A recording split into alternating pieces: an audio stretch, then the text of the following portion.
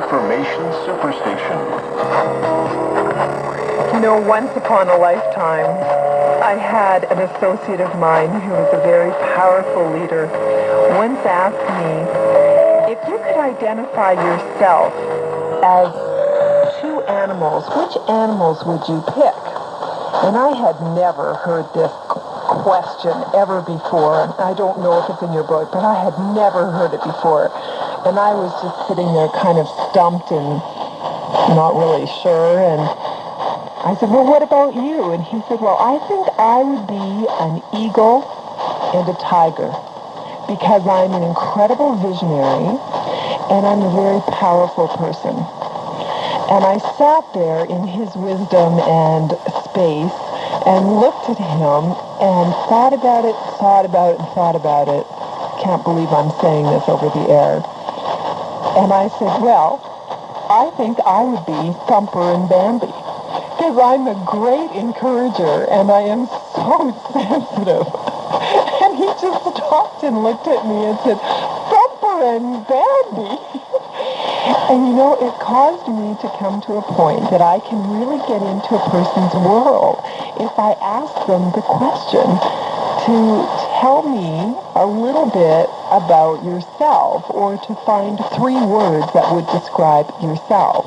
So instead of Thumper and Bambi for me, that probably would be sensitive, passionate, and purposeful. Now I'm going to put you on the spot a little bit. Oh dear. Would you share 3 words that would describe you? Well, I would consider myself compassionate. I know I'm emotional. I'm definitely a risk taker. A risk taker in life. And in the business world, I consider myself equal parts probably of tough general and smooth diplomat. Oh, tough general, smooth diplomat. That's right, and I consider myself confident, and a lot of this is all developed because of the business world that I have entered. But I'm also, one big word that I would say that describes me is I'm spiritual. And that's an important part in the evolvement of our life, I believe. So in part of your healing, your spirituality, your faith has come forward and carried you. That's number 1. Okay. That's number 1 for that. But when you talk about animals, which would describe, and that what came to my mind, I'd be more like an octopus because I'm going in so many different directions. That's valid. That's valid. If you're self-publishing, you're writing, you're producing, you're speaking, you're doing a lot of things. It's unbelievable, yes. It is. That is very powerful. And yet, it does give us insight into some of the skills and some of the areas of your world that must have developed over time for you to find that business side of you, to find that productive side of you, to be able to get this much work done in a period of time.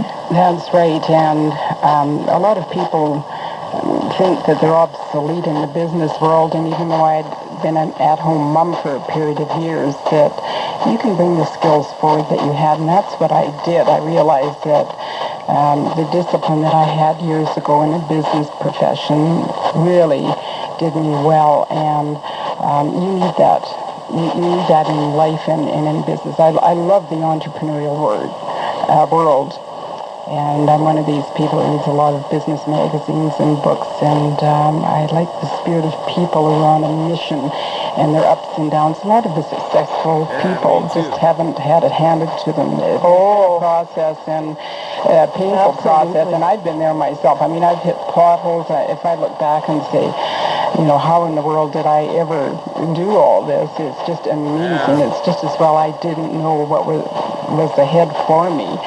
But it's part of that master plan. That's right. And I don't consider myself really an author per se. I'm on a mission to help families connect. And I'm just very, very passionate about it. And I maintain, too, that what really gets you through a lot of these tough times is a sense of humor. You've got to have humor in your life no matter what.